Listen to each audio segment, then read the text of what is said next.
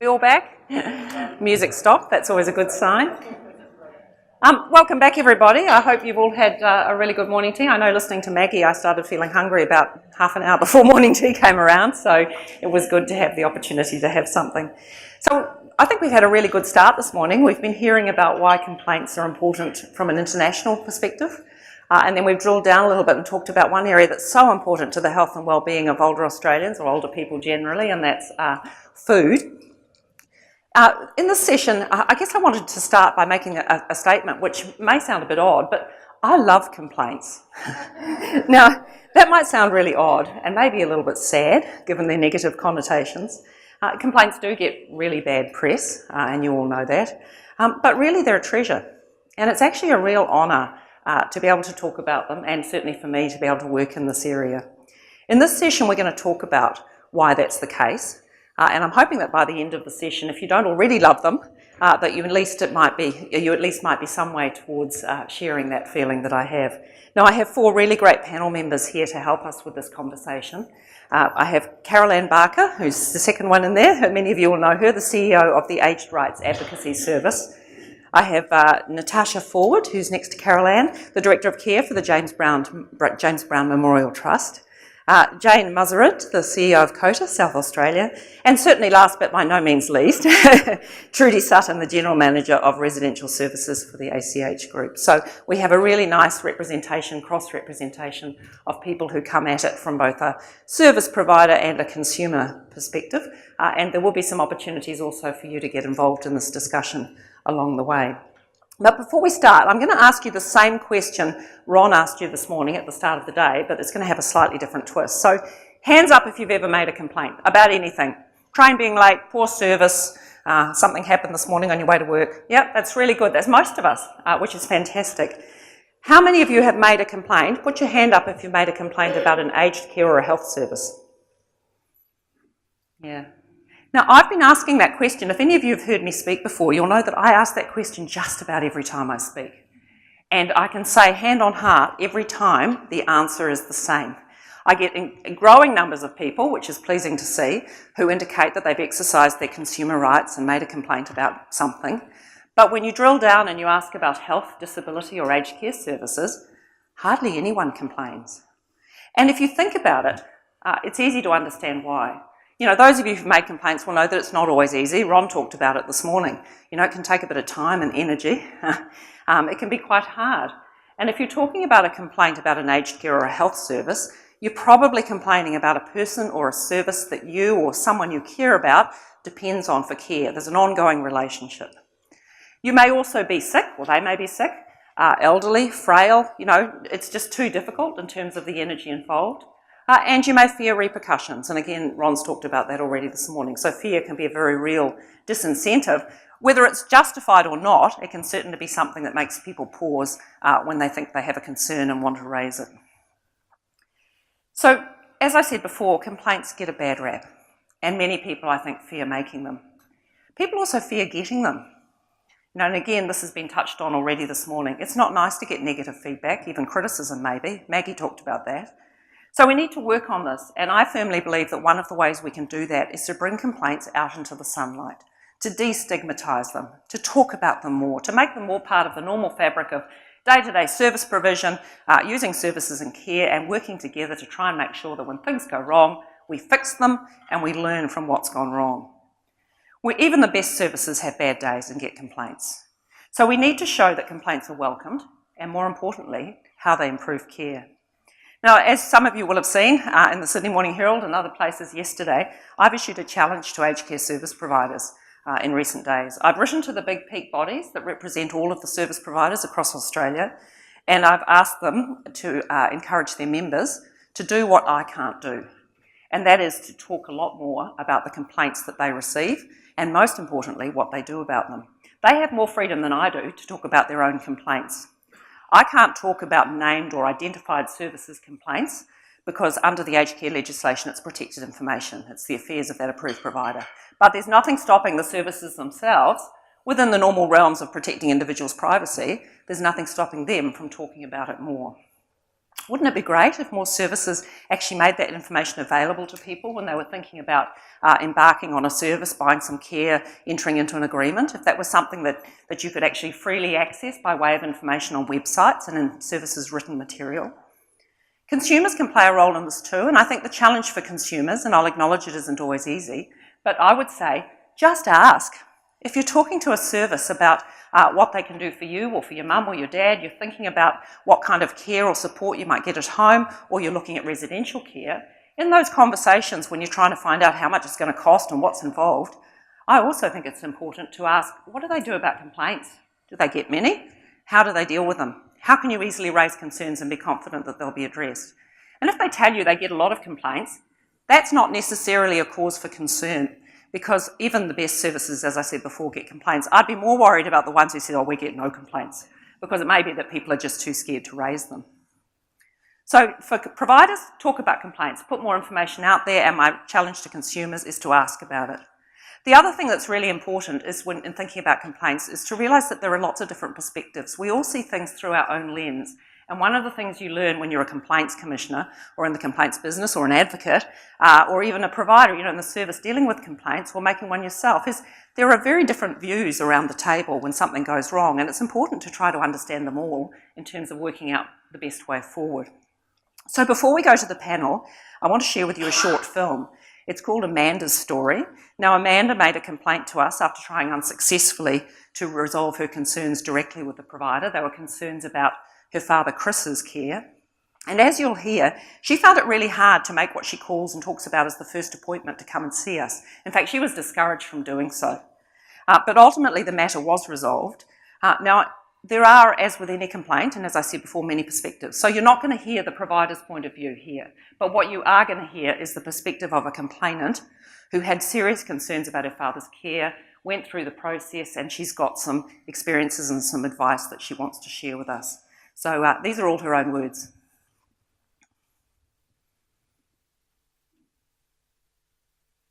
The main concern was that my dad was being physically assaulted and abused by other residents. He had behaviours of concerns which made him the victim of other residents within the facility physically assaulting him. And we just had continual pushback from the provider that it was for a whole lot of other reasons that these injuries were appearing, bruising, skin tears, etc. So it was extremely difficult. How did that make you feel at the time? Alone, frustrated, fearful.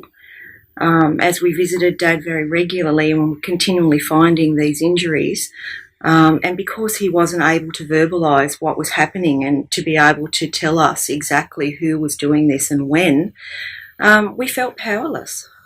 And what were you looking for?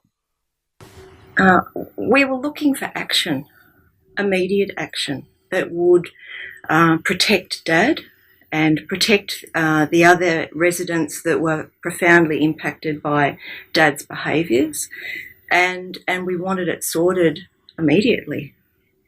So over that long period of time and with so many obstacles, what was it that motivated you, that kept you going with your raising your concerns?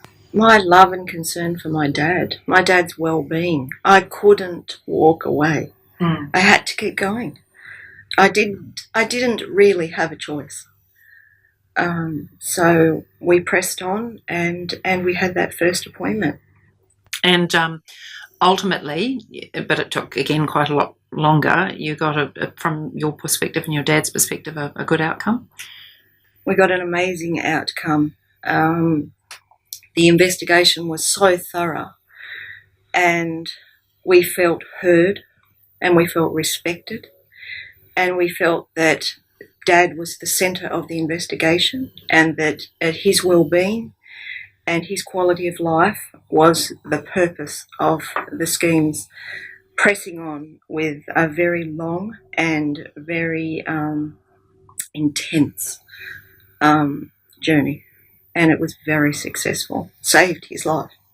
What would have made a difference, right back in the earlier days when you first raised these concerns about your dad being assaulted? How could it have been resolved better and more quickly for you? I think for me, personally, and our family and my dad, owning it, looking at it honestly, and not spending a whole lot of time and energy trying to come up with all of the other reasons that the injuries could have possibly been, that could have possibly happened. They just wanted to cover up. It was too hard. So I think owning the situation, willing to work together to resolve it quickly, and look at the suffering that Dad was going through, it could have been resolved a lot quicker. So would that be your advice to any service providers who might listen to this interview? Absolutely. Absolutely. Don't go into the defensive mode. Look at the situation as it is and investigate it honestly and openly so that a resolution can be found quickly. And it's beneficial to the provider, it's beneficial to the families, and it's most certainly beneficial to the care recipient. And what about your advice to other families who might be in a similar situation? You know, if they hear about, you know, everything you had to go through that, you know, may put them off raising concerns, what would you say to them? First of all, I would say definitely, you know, speak to the provider first. Try and be respectful. Try and be calm. Don't look at it as if, you know, it's going to be a fight. Look at it as an opportunity to work together to resolve a situation. And most things can be resolved fairly quickly. So try and communicate openly and honestly. Try and keep your feelings and your emotions in check while you're communicating so that the communication can be open and relaxed. If that isn't successful, then by all means take it to the next level and don't hesitate to go to the Aged Care Complaints Commissioner. For us in communicating with others, even in the other service providers' areas, was that families fear that they've lost the power of their loved one, that they've handed over the care and they've only got a certain amount of involvement that can really make a difference to their loved one, even though they're the next of kin or the guardian or whatever. And there is that fear that if they take that step and make a complaint with the Aged Care Complaints Commissioner, that it will have a negative impact on their loved one. And that fear is inground in particularly older carers, elderly wives or elderly husbands that have their love, they're frightened of the system, they don't understand the process, and sometimes they feel bullied. Even if they're not being bullied, they still feel that. And for us personally as a family that's been on this journey, and it's been an extremely difficult journey with very positive outcomes, is to reassure people that even if you think all the odds are stacked up against you, that you stay true to a resolution, a positive resolution, and stay true to your loved one and work within the system. You will receive, you know, you will achieve what you hope to achieve.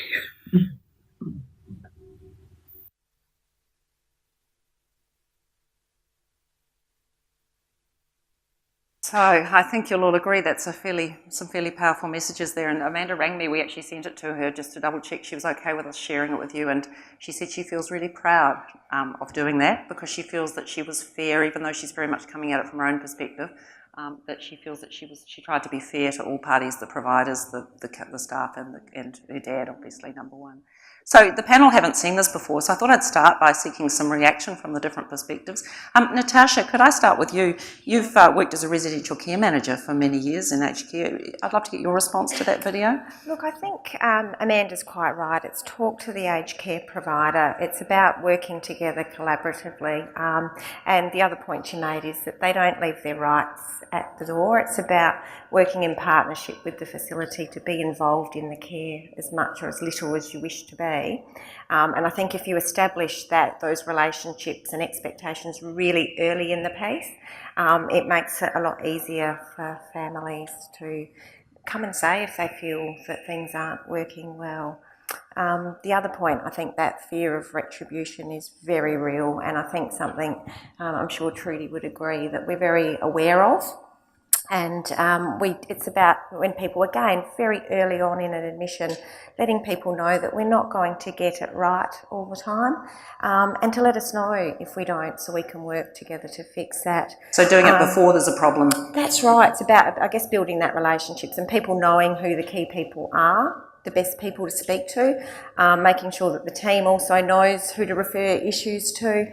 But also, if it is that fear of retribution, to always go back, and as part of handling that complaints process is to go back, not just at the initial phase, but after the matter's been resolved, and then maybe even again some months later, just to check that the resident themselves is feeling okay with the care being given, and to be monitoring actively for that retribution, to just be sure that it's not occurring.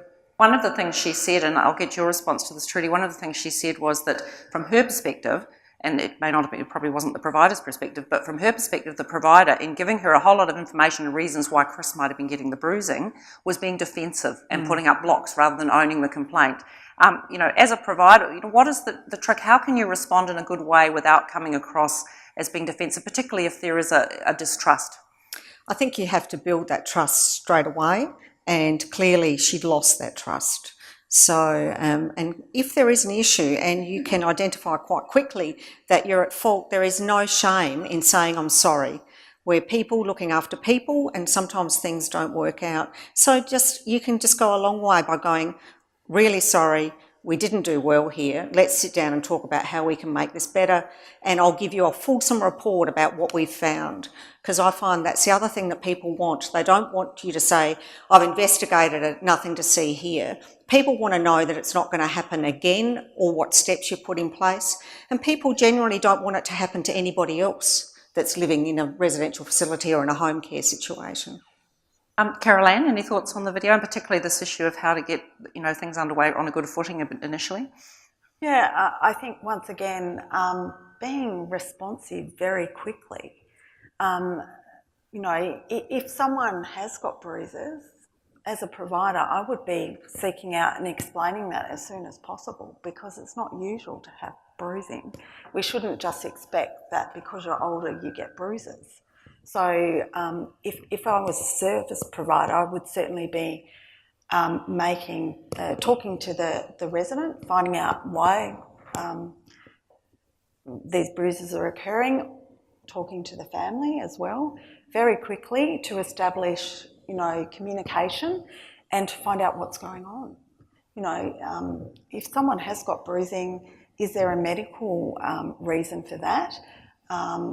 Pursuing an investigation, but also keeping the resident and their family up to date.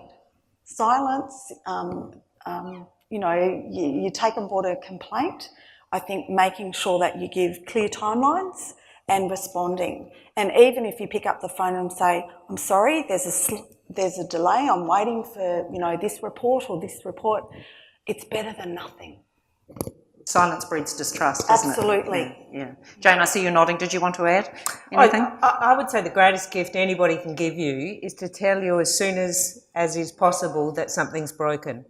And our responsibility is to entertain the possibility that it is broken and that there is something to be fixed. And I think we've always been very good at that. I think we work with a group of people who haven't always been very good at bringing complaints to notice, certainly haven't felt very powerful in that process. And so, we should be doing everything we can to find out as early as we can when things are broken, and they will be broken. I really like Trudy's, we're people helping people. We will get things wrong. It's a great video. So we've heard about Amanda's experience. You obviously have supported a number of people in your capacity working at COTA and in previous roles. Can you talk a little bit about some of the experiences you've had? What are the issues that come up? Well, let me tell you, I had a call from somebody I know very well who said that she wanted to make a complaint. She was really angry. The facility she was living in was not serving her needs, and she wanted to make a complaint. And I said to her, well, I can come to you as a private individual, as a friend, and I'll bring my computer and we'll put a letter together. So I went to see her, and she talked and talked and talked, and then we wrote a letter. And the letter, I can tell you, had no word of complaint. The letter, she with, everything that she wanted to say went to one side, and the letter ended up having no great matters of import at all. And I guess the lesson for me, and that didn't mean the complaints didn't exist, that just meant that putting those complaints on paper for her was too hard. She kept thinking about the repercussions of those complaints, and so that facility never got the gift of her feedback about what was broken. And it was her complaint to give, not mine. But I feel for her, and I feel for that facility, because they didn't ever discover those things that she so wanted to tell them that were broken. So I think that, in some ways that's our lesson, that we are working with a group who are not good at making complaints, who've traditionally had low expectations of their own ageing, low expectations about what they deserve, been grateful in many ways for things that other generations, I think, will not be grateful for. And therefore, if anything, we should be amplifying complaints in the way I think you've encouraged us to do, and get out of our habit of defending, of wallpapering over. I was a social work lecturer once, and there was a social work joke that went, how many social workers does it take to change a light bulb? And the answer was, none. It's the social worker's job to make sure no one knows it's broken. And I absolutely think that we should be doing the opposite. It is our job, if something's broken, to own it, and to use the gift of somebody bringing that to us to fix it. So in the case of your friend, if she felt she couldn't write down her concerns, what would have facilitated her being able to make a complaint? I mean, one of the things I was thinking about as you were speaking is my husband's recently been in hospital, and one of the things I've seen is every afternoon, the charge nurse, when she comes on duty, she sometimes takes a while, but she goes to every single patient's room and says, hello, I'm so-and-so, I'm in charge of the nursing today. How's the care? Have you got any concerns about the nurses? And they might be really minor, there might be nothing, but that's proactively encouraging people to make complaints. I mean, is that what needs to happen? Yeah, I suspect it would take more than a head around a door. I suspect it would take, a couple of people to sit down and talk. But I absolutely think that's the way to go. It is about... complaints or feedback will always be flushed out in relationships much more than they will in any other way. And I'd be interested in Natasha and Trudy's experience of that. But it seems to me that opportunity to go looking for feedback, we shouldn't let that go by. What do others of you think? I'll throw it open. Sometimes, though, we're not inventive enough in looking for complaints and taking action with them. We go through the old, write it on a piece of paper and pop it in a box and hope someone will get back to you. And there's lots of different ways of gathering information and before it becomes a complaint, because we all know in this room it's much better to deal with something before it ends up being a complaint. We use care huddles where the staff meet for 10 minutes in the morning and in the afternoon just to discuss the flow of the day. Encourage and empower your staff to deal with small issues first, so that they don't bubble up to being big issues. And so if we often take that power away from the staff, we don't think that they've got the ability, and I think that's something we miss a lot. Use email, SMS families. Communication is one of the biggest areas that we hear about all the time. I didn't know what's going on, I wasn't told. So we just have to keep thinking outside the square about how we get information back. And complaints are also a really powerful tool to use for your service, to improve your service. I don't know if there's any accountants in the room, but they're an excellent way of getting what you want and getting some action taken to improve your service. Natasha, did you want to add to that? Yeah, look, I think an important point that Trudy made is it's about having those feedback mechanisms, because people don't want to be able, they'll often come to me and say, oh, I'm sorry, I don't want to complain, but we're actually not making a complaint. You're giving us feedback about our service. So I think sometimes that whole negative connotation around the word complaint, so it's about giving us feedback about our services. But also being in tune to what's happening and being creative in how we can get people's opinions. I know we all have resident committee meetings, but recently we had, and it started with a grumble from someone that was relieving on reception. A resident had passed away and had been taken out the front door by the funeral director. And, she was having a grumble about that. And, my first initial thought was, well, I don't tell you how to write contracts, don't tell me how to run a nursing home. But I reflected on our conversation and it made me realise that I didn't actually know what our resident wanted when they passed away. And what actually happened was the doors would all be shut and the person would be shunted out the back door. And so I tossed around ideas of how I could get that feedback. And for me, it didn't feel like the sort of thing that you would just put on the agenda of a residents' meeting. So we decided to have a morning tea and talk about end-of-life care. So we had an informal morning tea where we had some general discussion and then we ate and we all sort of mingled. And through those conversations, I got some really good feedback. And the clear message that came through to me was that residents want to be able to say goodbye when people die. They don't want it all hushed away.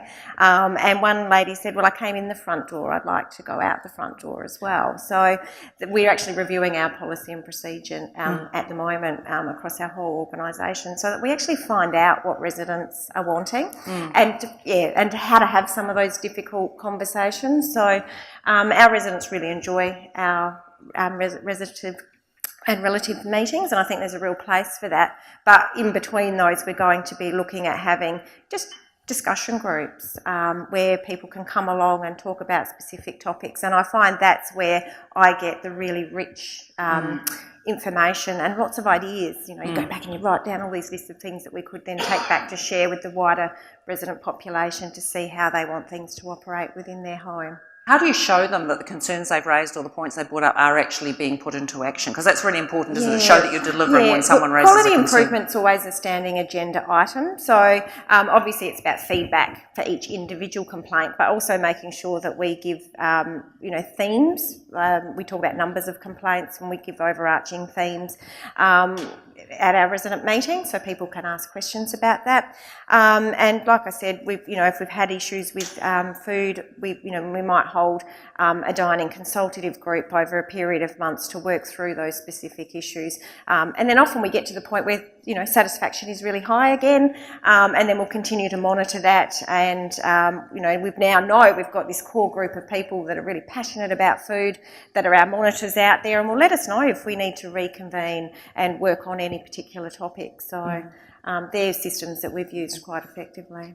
Carolanne, Jane's talked to us about supporting consumers and about the enabling and making it possible for people who are, as I think Maggie called them, the silent generation to raise concerns. What are some of the issues you see in supporting consumers with complaints? What do you come across as being difficulties in actually getting the complaint out there?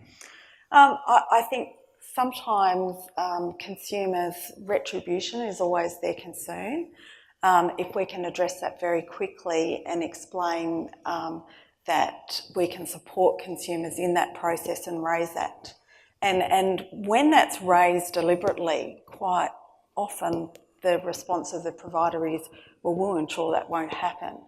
I would suggest that making a complaint can be incredibly empowering for an older person, particularly when the outcome leads to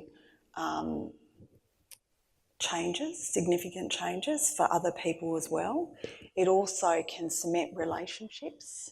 And one of the focuses when we work with older people is to do no harm and to try and make sure there's an ongoing relationship.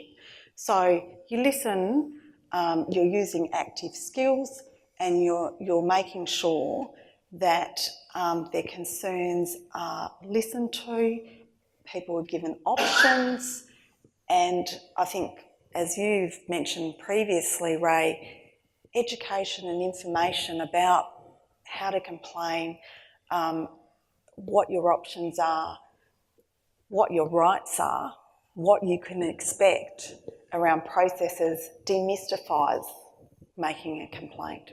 Do you think the fear is not, One of the things that strikes me, and years ago I did a study in the States about hospitals disclosing medical errors to patients, and the study showed that in fact there's very real fear out there by the hospitals in doing this and being open and saying sorry, but in fact the fear was worse than the reality, and actually if you did do it, there wasn't as much to fear. I wonder sometimes with consumers, people being afraid to make complaints, how much of that fear is justified?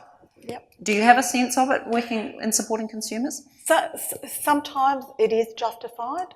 I think, but probably many times not so justified. So once again, as an advocacy service, if we felt that the consumer wasn't being listened to and their rights were not being upheld, we would certainly support them on a journey right through to the complaints process. So I think that in itself, having a really robust process that we can articulate to older people and their families is actually an empowering mechanism as well. Look, there will always be the rotten apple, so to speak, but overwhelmingly I think most providers are trying to do their best, but they may not even be aware that things are going wrong. But we are there to support and speak up on behalf of older people. We make no assumptions about the organisation. We listen directly to what the older person's saying. We provide them education and information. So therefore you're empowering them and there is a robust process. Once again, I think providers, in my experience over the last 20 years, there's been a significant shift. Years ago, no one would have raised anything because they would have just thought, no, not going to say anything at all. Now, I think more people will raise things, but once again, they may take support to do so. Jane, I see you nodding. Do you think the fear is justified in your experience? Yes, I think justified as much because I think we're talking about the least powerful people. When we rely on somebody else to toilet us, to feed us, to clothe us, that is a very, very powerless position to come from. That is an incredible vulnerability. And it doesn't take much to exploit that vulnerability. And I think, people, our instinct is to protect ourselves in those circumstances. And one of the ways that as a community, we protect ourselves is not to rock the boat. Which means, I think, that those early warning systems, if we look at any of the worst of our tragedies in care, there have always been early warning systems. There have always been upstream complaints that somebody might have acted on that didn't. And so it seems to me that if we know that this is a group of people who are extremely vulnerable and powerless and feel extremely vulnerable and powerless, and that, what we've learned over time is that, is that there have been early warning systems, I think, in every instance we've ever heard about, that have gone unnoticed. Put that together with the advice I think Trudy and Natasha are giving us, and we should be open to the possibility that a complaint, as small as it might be, is actually true and right, and we should be doing something about it. So it's about, if I'm hearing everybody correctly, it's about ensuring that we make it easy for people to raise concerns and finding ways to make them feel safe in doing so, both from all sides of the fence, really, and then also being alert that even the smallest complaint might be, a sign of something more serious. Thinking about it from the provider's perspective, Trudy, what are some of the challenges that, from the other side of the fence when you receive a complaint and you're wanting to do a good job with it, what are some of the things that the challenges and what are some suggestions for how to overcome them? I think gathering evidence quickly, and that lady demonstrated she wanted a quick answer.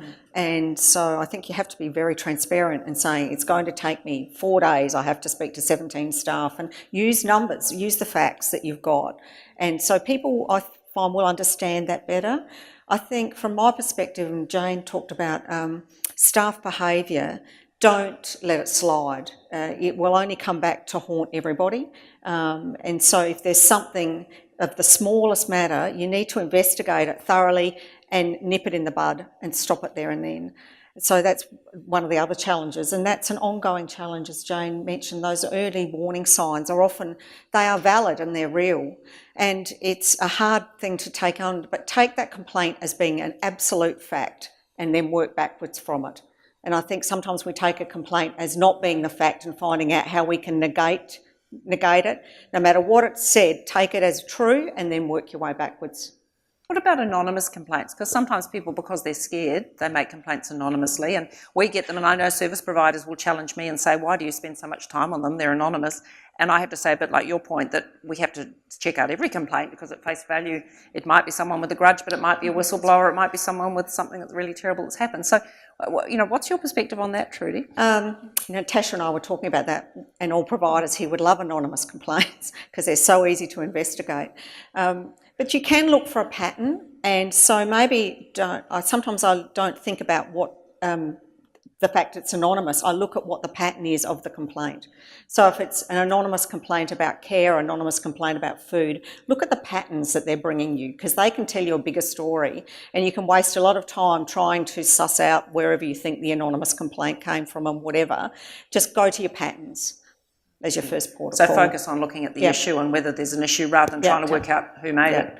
Yeah. Have you got any tips on that, Natasha? I think they are often very tricky to investigate, because often with complaints you have questions. You want to be able to have a discussion and a dialogue so you can actually fully understand the picture of their concerns. So to be able to have that conversation is can be tricky, but that's not said. Doesn't say that we disregard them, because they can be useful in regards to identifying trends. The other point is around timeliness of complaint. It's the ones that come in, something that happened 6 months ago without unable to tell me the time, the day, the staff. They can be really tricky to address. So whilst they're still very useful and letting us know that maybe their system is broken, but obviously we always want to drill down to root cause as well. And by having that information, it does allow us to do a full and thorough investigation of those issues and hopefully get to the root cause quicker and easier with the more information that we have. The other challenge, of course, is actually acting on the complaint in a timely way. I mean, Amanda mentioned that she wanted action. Her complaint took a long time. I know that both we and the provider took too long, and we struggle as well with this dilemma of trying to do a good job, not cut any corners, but get it done so that things change quickly, and you can't always achieve that. That must be a challenge for service providers as well. Sometimes you just have to man up or woman up, and if you've got a complaint like that, my response might be to have that person specialed for 24 hours so I can get a complete picture about what's going on. So to that daughter, I might say, right, I'm going to get your dad specialed. I can't work out what the big picture is, but that'll give us all time and a safety net. And a lot in the past, that's been like, oh, how could you possibly even think of doing that? Well, you can see how this complaint just ran into a big distressed family, and for a 24-hour specialing, a 12-hour specialing, whatever it is, and just took the heat off and bought everyone a bit of time just to regroup. Carolanne, do consumers care about how long it takes? I'm sure they do. They absolutely do. This particular scenario, you've got someone who's got bruises. They don't know what's happened. You think about it. If any one of us had unexplained bruises, we'd want to know why. We'd want to know very quickly. One of the other comments I'll make is around leadership. Leadership is fundamentally important to getting a good complaints process running. If someone comes to the Director of Nursing and makes a complaint, and the Director of Nursing's response, either behind closed doors, is roll the eyes or something, that sets the culture. You're done. The complaints are going to be very difficult to manage. So as Trudy says, you need to deal with that culture very quickly. Certainly when people come to age rights, we can tell pretty quickly what the response is going to be by our first contact back to the organisation. So it gives us a quick early warning sign, as Jane mentioned before. So we then kind of have some indications, and I'm sure you do get the same rate.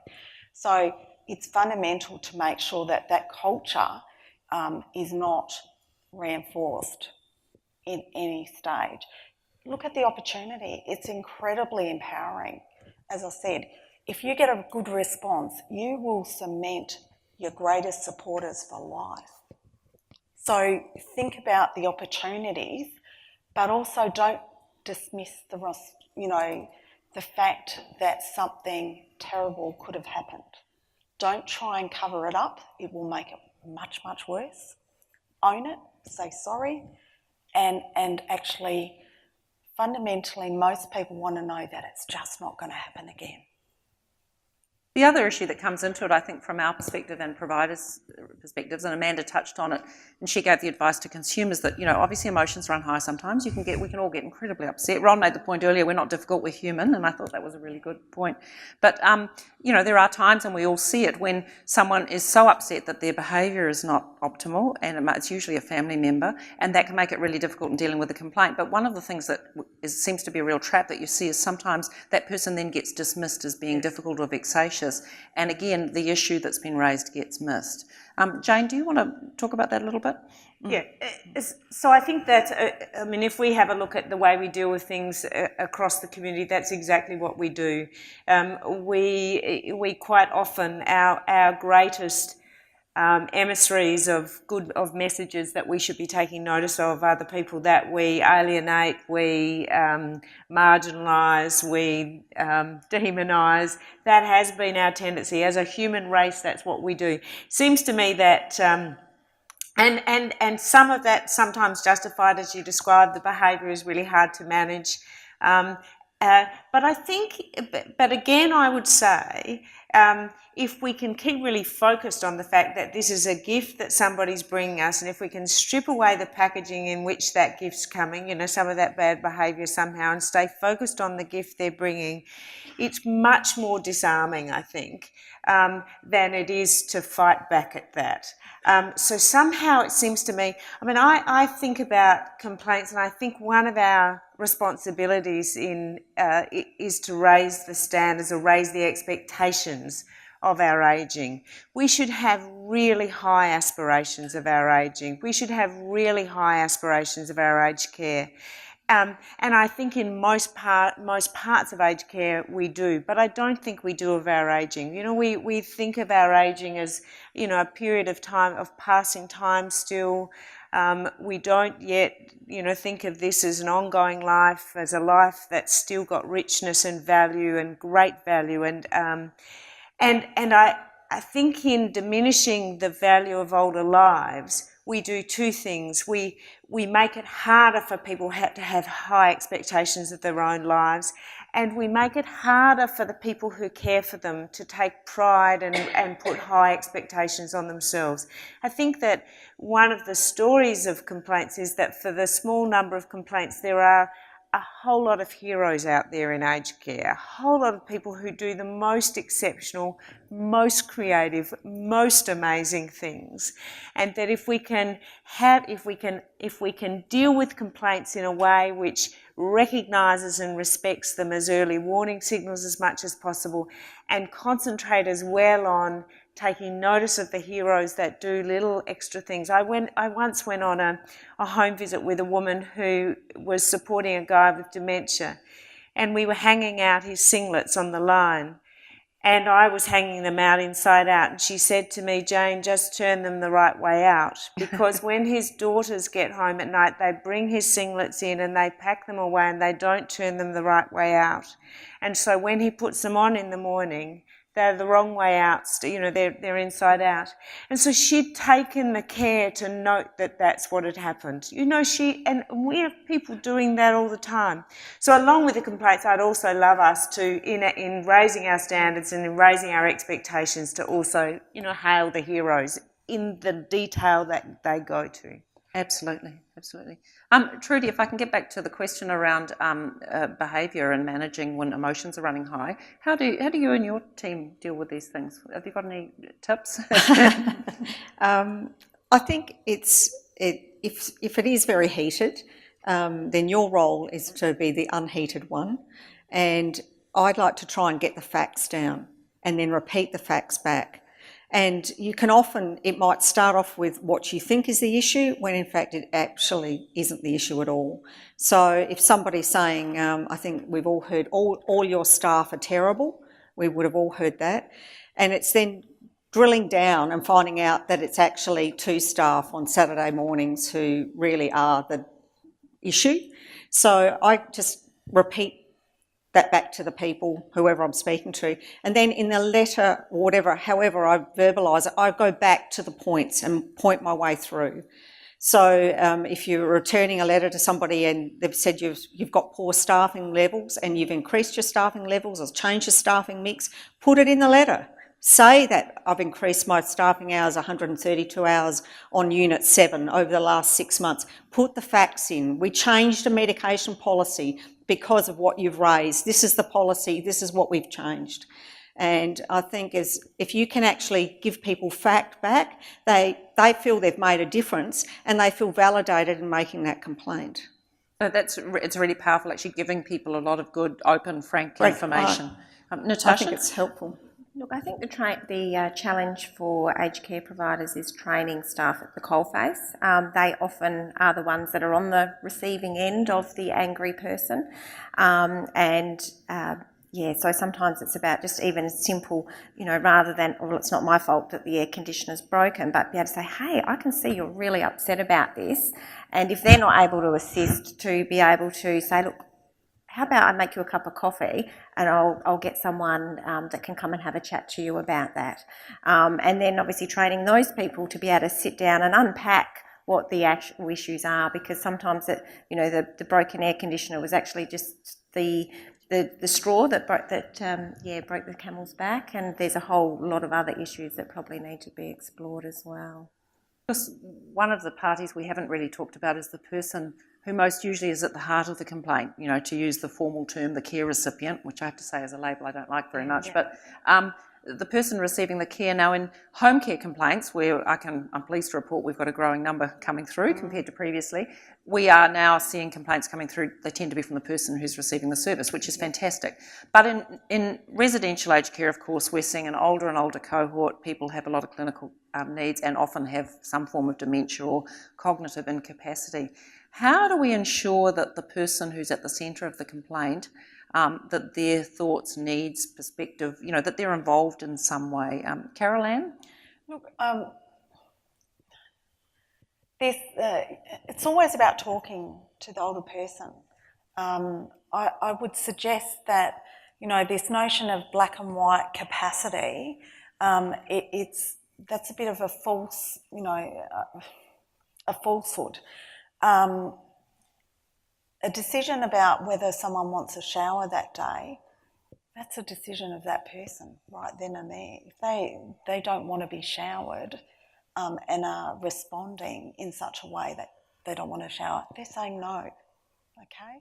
So even if they have a diagnosis of dementia, it doesn't mean automatically that someone can't make decisions. So we need to be very clear about what kind of decisions. The person needs to be involved in that discussion.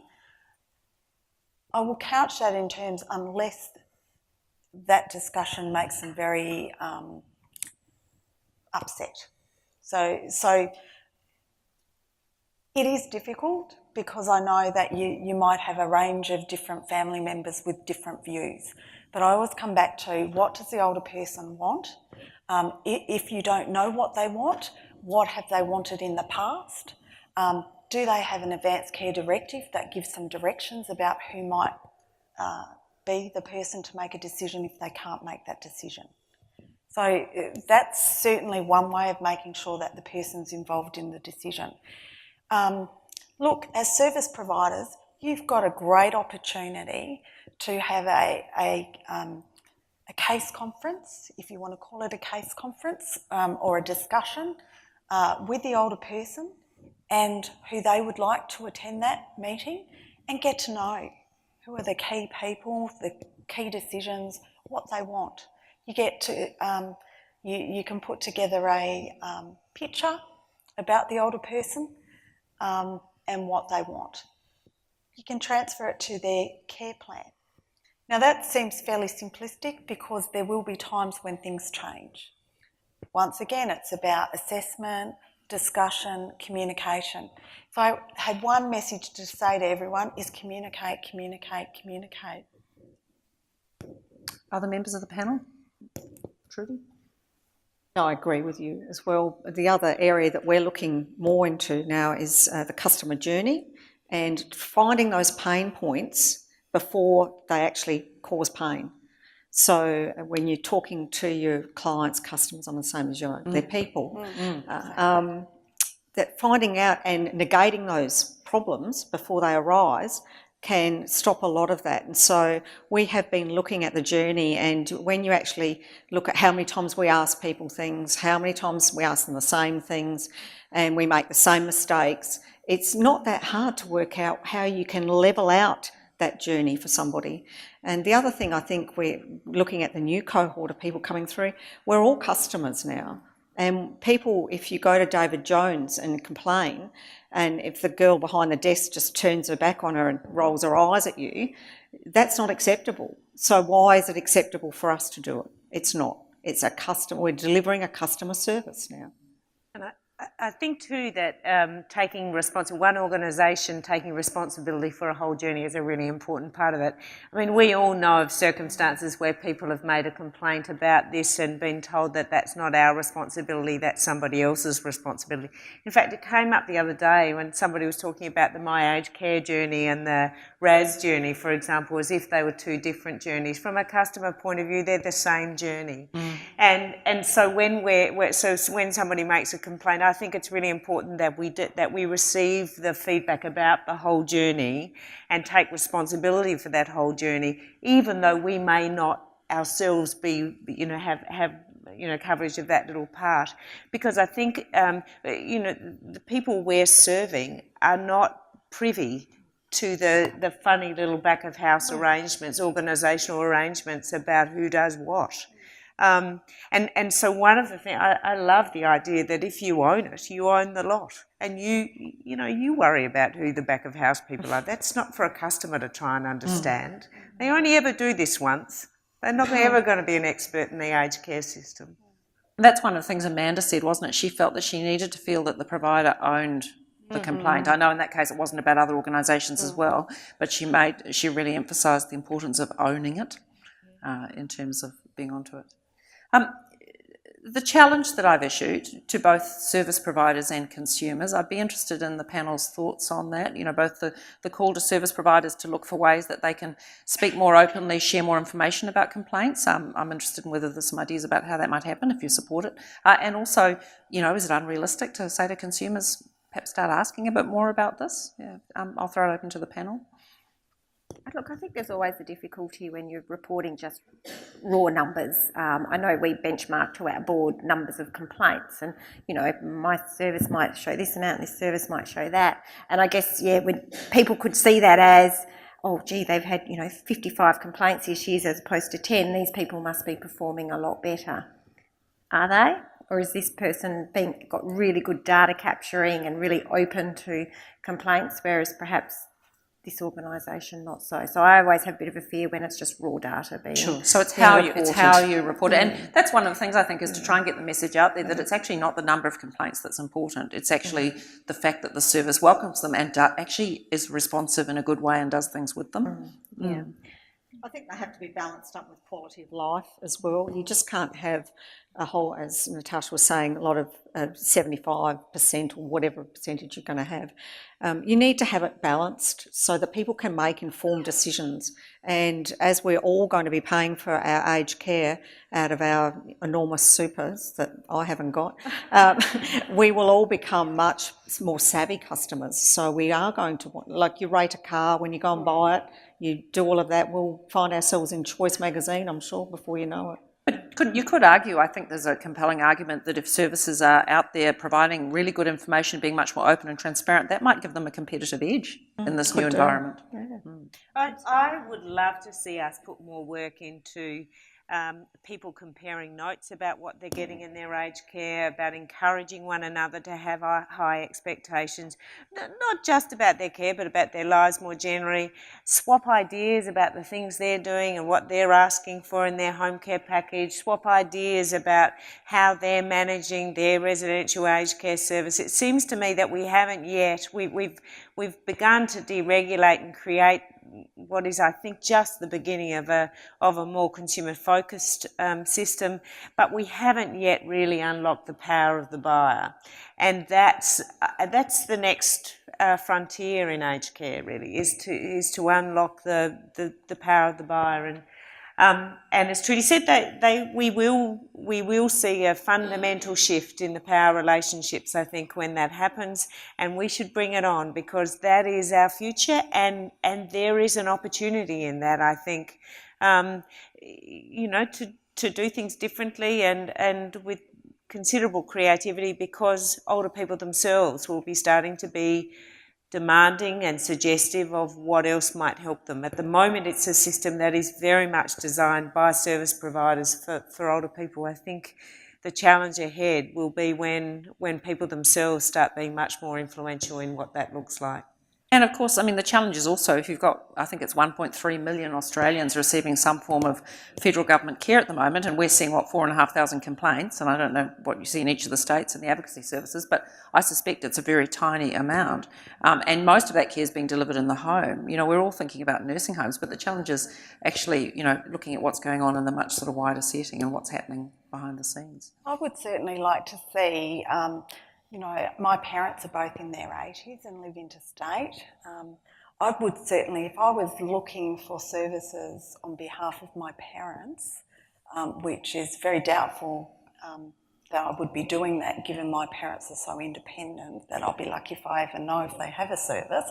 But anyway, I would certainly like the reassurance that maybe someone was really upfront with me and said, we're a human service delivery, we deliver services, we do make mistakes, but guess what? I'm going to give you a brochure of how we resolve our complaints and some examples of that, and please don't hesitate to call me. And you have, I'd feel a bit more reassured by seeing some transparency around that process.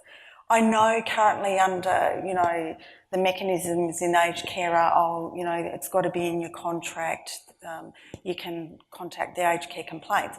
But I think that's a more proactive way to say, well, yeah, we acknowledge that we don't always get everything right, but this is how we do actually do it. And this is, feedback from consumers who've been through that process. I'd feel a bit more reassured that I had a pathway and that they could give me some examples of how they do that. Trudy? I couldn't agree more. And that goes back to the transparency again. And this morning as I was driving here, I actually had to speak to a colleague about an issue we were having with her mother.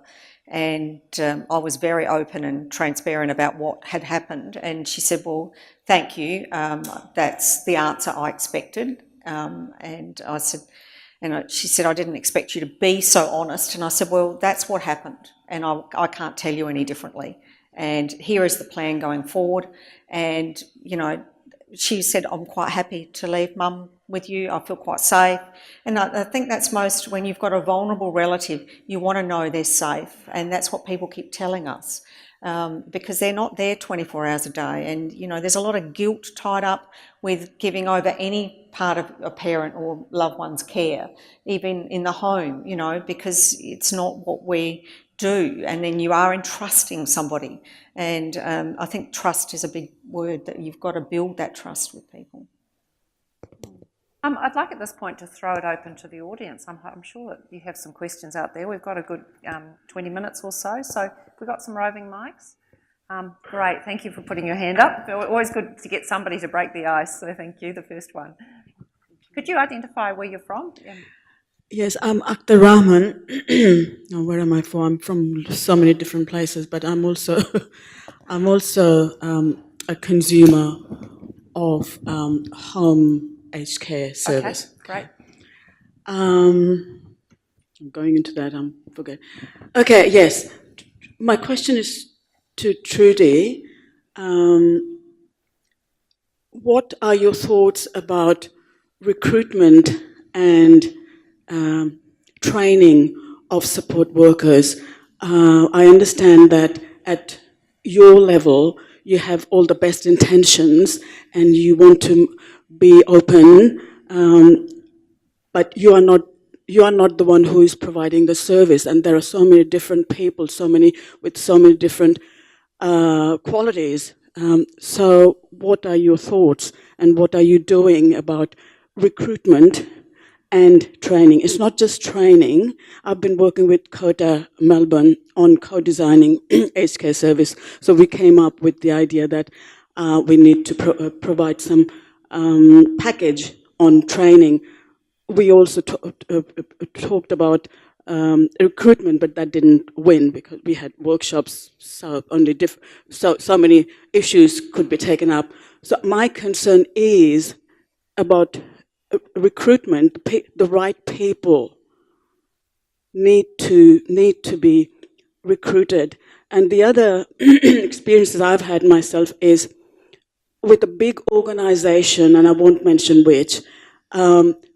My feeling has been that people are not communicating with each other, so my issues haven't been getting the right responses because one person hears once, then next time another person I talk to hasn't got all the information, and when I then try to email, it just stays at that level. So I have made excuses because I'm also a psychologist, so I make excuses for people as well.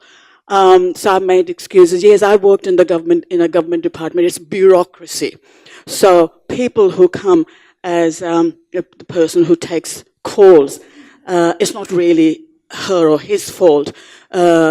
She hasn't got enough time to take out all the information, so notes are not complete. So I make excuses for that.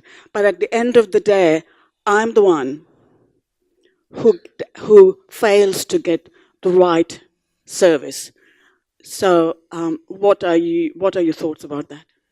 Okay. That's a long complaint.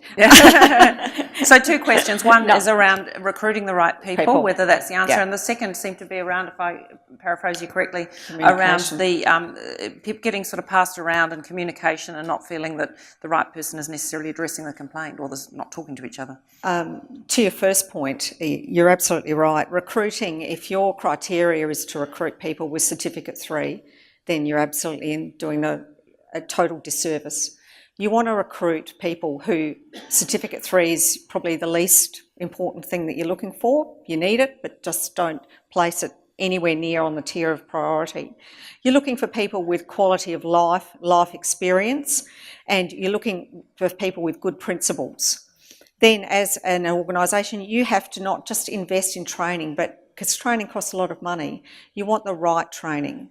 And we find now that over 85% of the people that we look after in residential and to a lesser extent home services, dementia is the issue. So we're investing in a lot of very targeted dementia training now because we just feel that there isn't enough in Certificate 3 around those areas. So you're looking for people with good principles, people who want to put their hand up for challenges, people who have a genuine love and want to work in this industry. So it's not about a numbers game. You're better off to take a slower recruitment process and get the right people going forward. With the communication, I totally agree, and that's why we've been doing work on the journey and looking at the pain points exactly, that you ring up and you say, I don't want Julie Smith to come to my home tomorrow because I'm going to the hairdresser, and Julie's on your doorstep and probably rolling her eyes at you the following day because you weren't there. So as I was saying before, if we can flatten out the pain points, then your complaints will go away. To a majority of complaints will go away.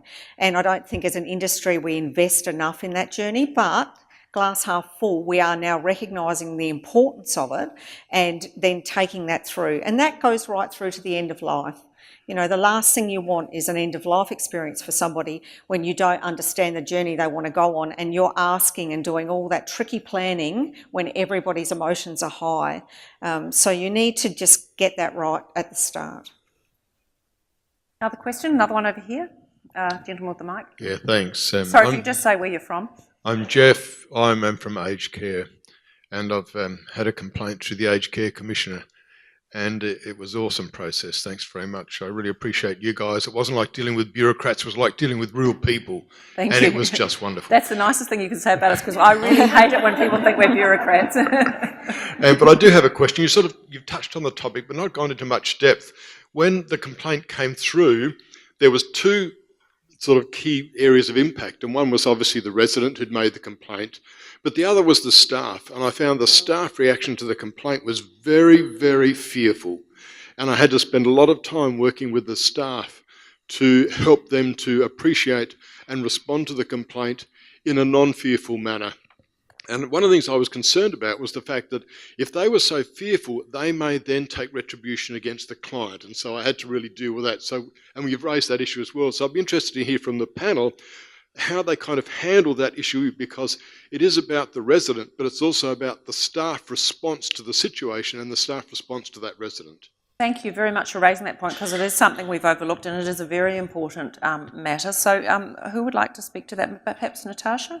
Yes, I guess from talking from Kalara Communities or the James Brown Memorial Trust, we're a very values-based organisation, so we always try and weave our values through any dealings that we're having in training, operations in general. So it's really about respect.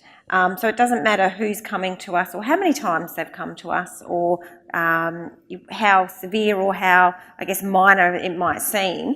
It's always about dealing with the person raising the issue with respect and giving them your full, I guess, attention, and your full, listening, taking the details, working through what their issues are. I think Trudy said clarifying back, making sure we are clear about what their concerns are, and then coming up with that time frame to deal with it.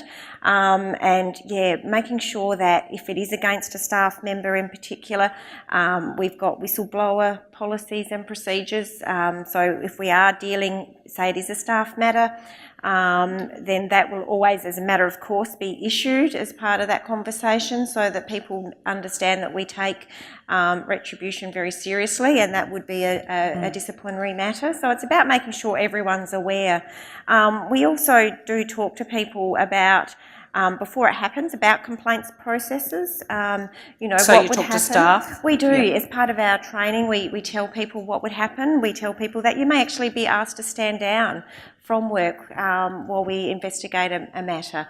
And we let people know that that's what we do. This is what our policy and procedures are, rather than wait till those things happen. Because it is a very real fear by staff. I mean, I mentioned right at the outset that, getting a complaint's not much fun either, and if you're the individual staff member, you can feel very fearful you're going to lose your job or whatever. So how do you make staff get this message across to staff that not only is it okay for people to make complaints, it's okay to actually get complaints in most cases? I mean, Trudy, do you want to comment on this? Yeah, back to Natasha's point, making the process very clear from the get-go when you To your employ staff. people to the staff, so that everybody gets treated exactly the same, and it's confidential. And I think sometimes we can let ourselves down with some of that.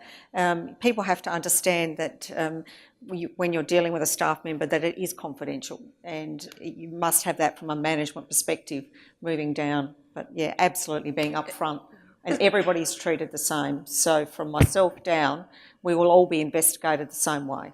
Is it also, though, important to let staff know that unless there's been some terrible negligence or deliberate act, that actually the emphasis is going to be on resolution and learning from it rather than punishing a staff member? It's not always about, it's about not having a blame culture. It's about understanding why and understanding getting outcomes. That's what we're focused on, not blame. Whilst, yes, someone may have made an error, it's really around, was it education that's needed? Was it a resourcing issue? So getting that Swiss cheese, the why did it happen? And then that always leads to a better outcome rather than a simple blame. It's also very much about the leadership again, and I come back to culture and leadership. it's making sure that that things like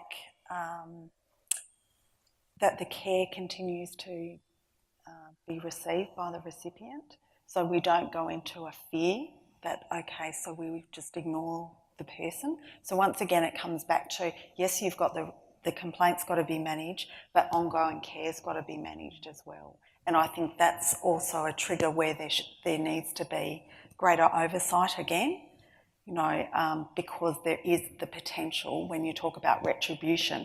Retribution can be anything from, I'm too scared to go anywhere near that person now because I know their family's going to complain, so that might be me. So once again, it's about probably increasing your oversight and being very clear to the staff about retribution's unacceptable. You need to,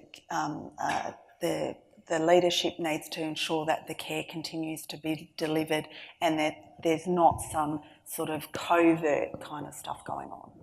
Yeah, making use of employee support schemes as Yep. well Yeah. is Yeah, really absolutely. useful. In that, helps them, because it's never a pleasant experience having a complaint made about you. So it's about supporting the person as well. And if you have stood someone down, it's the management's job to keep in touch with that person and just to keep them in the loop as well, so that you've got their welfare as well to look after. We have another question over here. Yeah, Sorry, can you say where you're from? Yeah, well, I'm a trainer in aged Oh, care. that's right, you spoke earlier. I also work as a support worker amongst other things. But my question is what the numbers are, the percentage of complaints that are related to staff-client ratios, which to me is what underpins a large proportion. So we might identify the bad apple care worker or the rogue.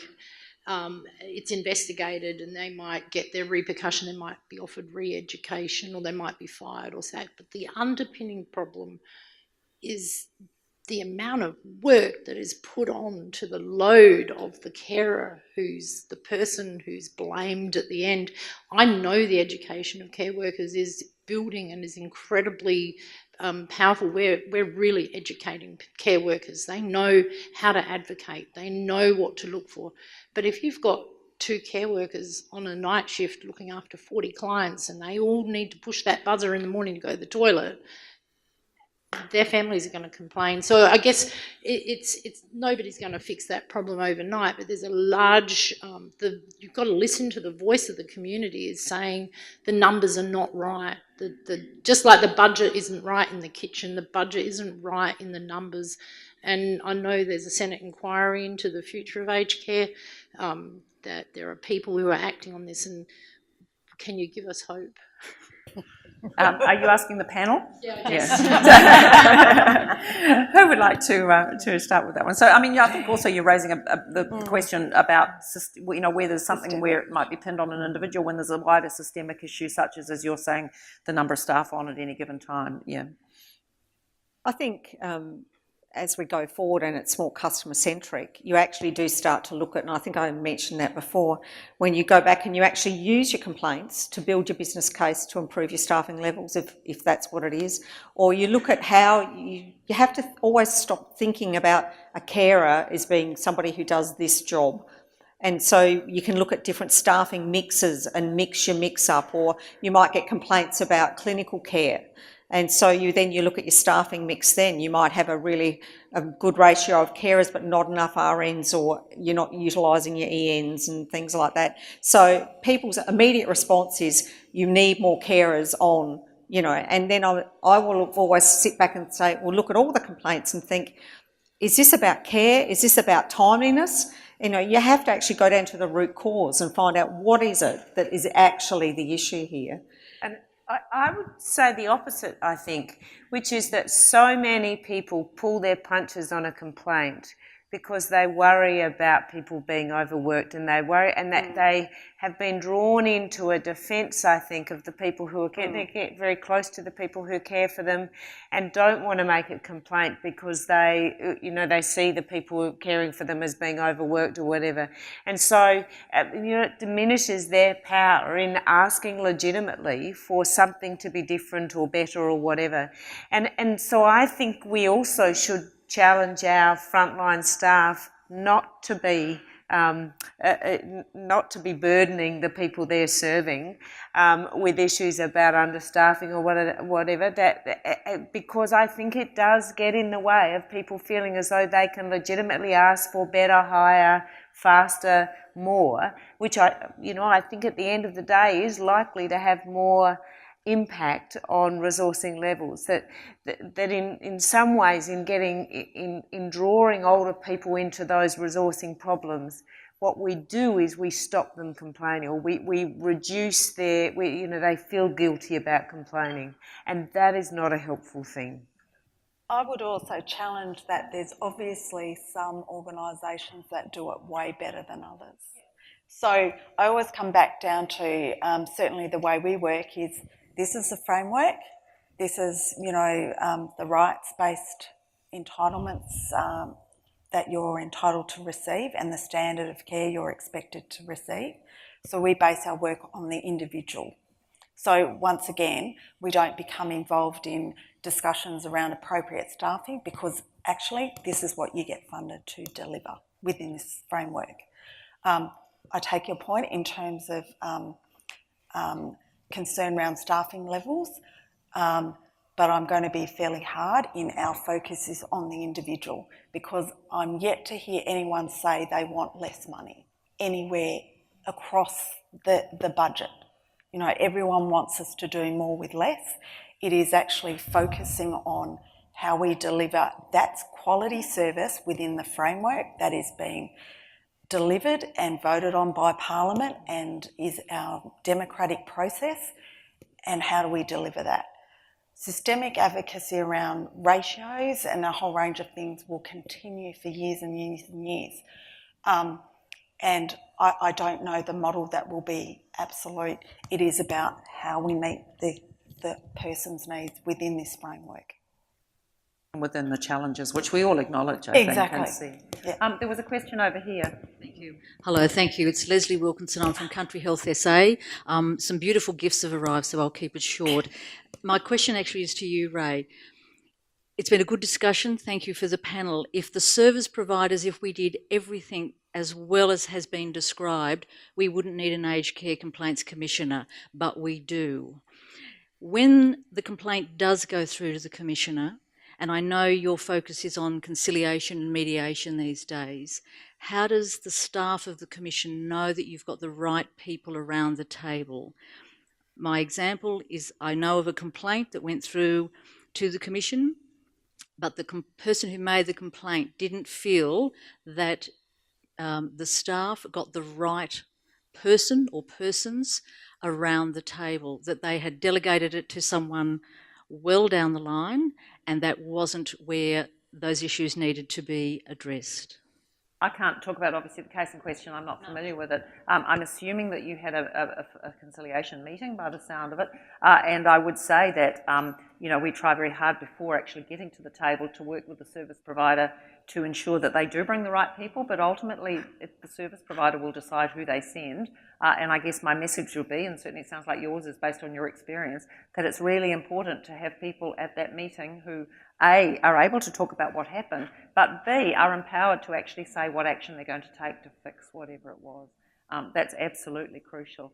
And I think actually, while I do hope that there will be less need for me and my team, I think it's also important to recognise that from time to time, I think there will always be a case where with a complaint, no matter how well service providers are doing at trying to resolve them, there will be matters where it is important to have an independent watchdog to actually have a look at it, where it can't be ultimately resolved between the person who's made the complaint and who's receiving care and the service themselves, where there does need to be this kind of independent umpire, so to speak. So, I would hope that there would still be a role for us there, but absolutely early and directly between the parties, wherever possible, is the way to go with most complaints.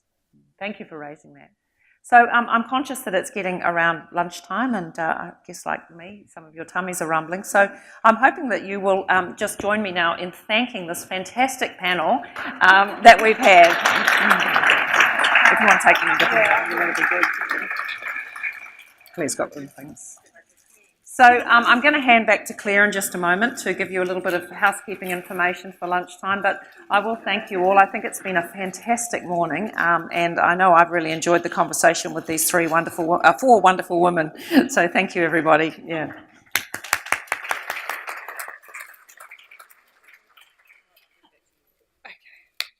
So as Ray said, I'm sure your tummies are rumbling.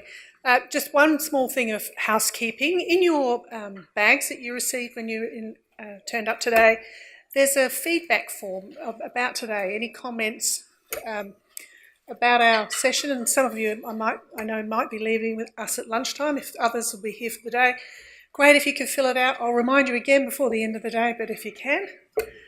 Now, lunch is outside. As I said before, any special dietary requirements, you see Jade over this side of the auditorium. And we're back at 1:30. Thank you.